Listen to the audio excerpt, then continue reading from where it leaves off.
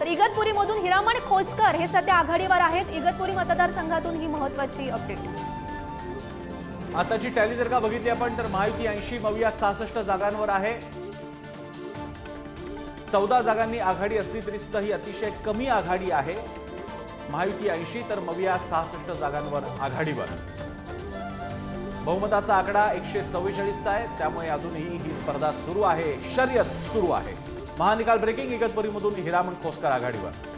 सोलापूर दक्षिण सुभाष देशमुख आघाडीवर आहेत भाजपकडून, तर कुलाब्यातून राहुल नार्वेकर आघाडीवर आहेत भाजपसोबत। भूम परंड्यातून तानाजी सावंत पिछाडीवर जाताना दिसत आहेत सध्या तरी। भूम परंड्यातून तानाजी सावंत पिछाडीवर।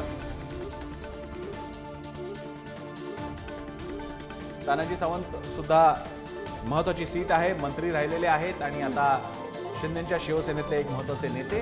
भूम परंड्यातून सध्या तरी पिछाडी। सध्याची आपण आकडेवारी पाहू शकतो। पहिला कौल महायुती 80, महाविकास आघाडी 66, तर इतर 6 हा पहिला कौल खरं तर आपण पाहू शकतोय। आणि महायुतीच्या सध्या जास्त जागा आपण पाहू शकतो। भूम परंड्यातून आपल्याला तानाजी सावंत हे पिछाडीवर सध्या पाहायला मिळत आहे।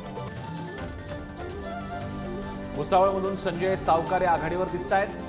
येवल्यात भुजबळांची आघाडी कायम दिसते आपल्याला। हितेंद्र ठाकूर बहुजन विकास आघाडीचे आघाडीवर आहेत।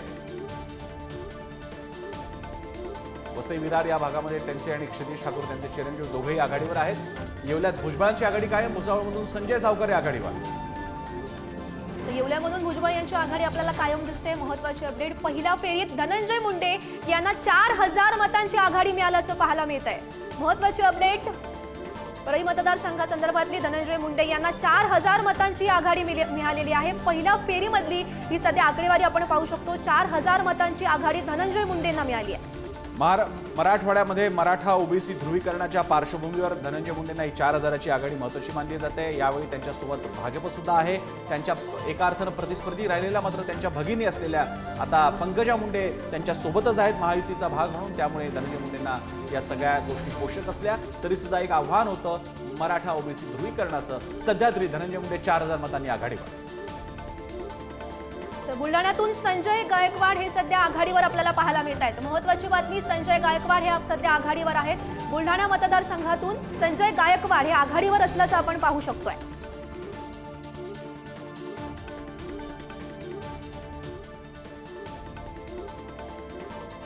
तर महायुती 88, महाविकास आघाडी 74 आणि इतर 6 अशा या जागा आहेत। जो हा पहिला कौल आपण पाहू शकतोय। बुलढाण्यातून महत्त्वाची अपडेट, संजय गायकवाड हे आघाडीवर असल्याचं आपण पाहू शकतोय।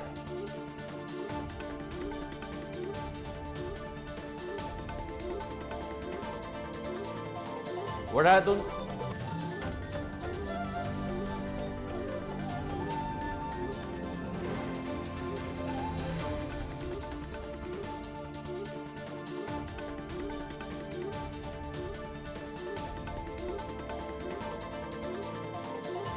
तर मतदानाची ही आकडेवारी, मतदानाला सुरुवात झालेली आहे आणि हा कौल आपण सध्या पाहू शकतोय। बुलढाण्यातून संजय गायकवाड हे आघाडीवर असल्याचं आपण पाहू शकतोय।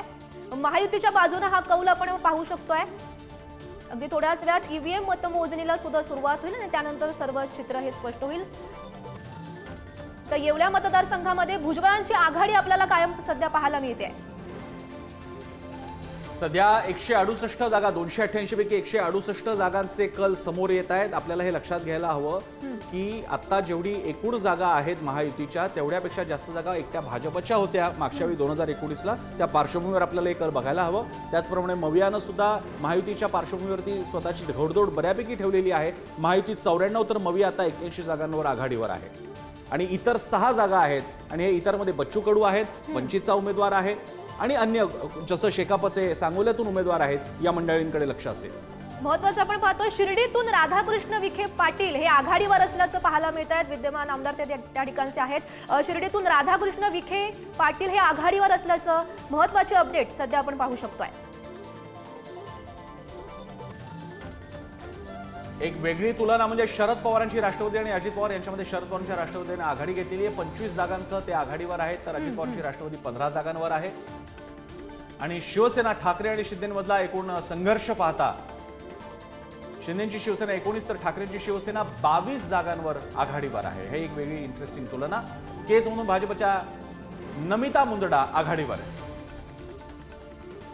पुन्हा एकदा आपलं चॉपर काउंटी ब्रेकिंग घेऊन येते, बघूयात ग्राफिक्सच्या द्वारे. लगेच पाहूयात चॉपर ब्रेकिंग.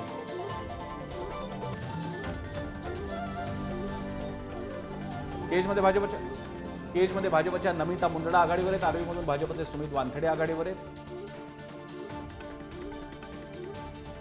तर केजमध्ये भाजपच्या नमिता मुदंडा ह्या आघाडीवर असल्याचं सध्या आपण पाहू शकतोय. तर आर्वीमधून भाजपचे सुमित वानखेडे हे सध्या आघाडीवर आहेत.